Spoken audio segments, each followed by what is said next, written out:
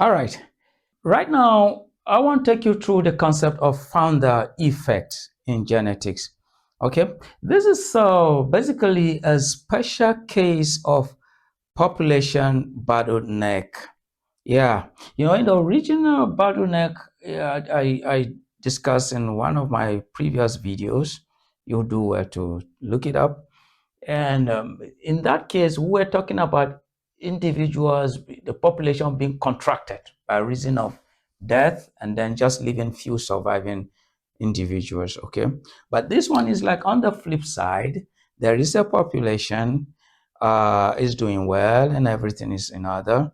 Then all of a sudden, for whatever reason, some few individuals now splinter off, they cut themselves off, they leave, they dissociate, they depart, migrate away from the general habitat of this animal or this species, and then go far off somewhere else to start off another colony, to start off a new population.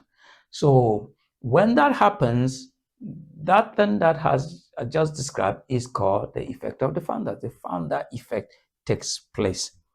The new parents that left, because they are few, they may not be a good representation of the genetic makeup of the original population in terms of leaf frequencies and what have you. So there's going to be a sharp drift.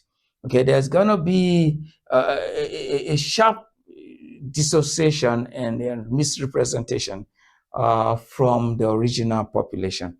So the founders now go off and begin to produce. You may be shocked that some of their leaves might not even be represented, and whatever was the predominant genes or genotype of the founders, that would be the effect that they will bring to bear on the new population. If they carry recessive genes with them, there will be increased number of manifestation of genetic diseases in that new population over and above the original population, because the original population enjoy genetic robustness and then enjoy the dominance and other genetic gene actions that suppress the manifestation. But if by chance the founders were those that carry those recessive genes and they migrate to a new location, then you can be sure that there will be greater manifestation of diseases occasioned by presence of recessive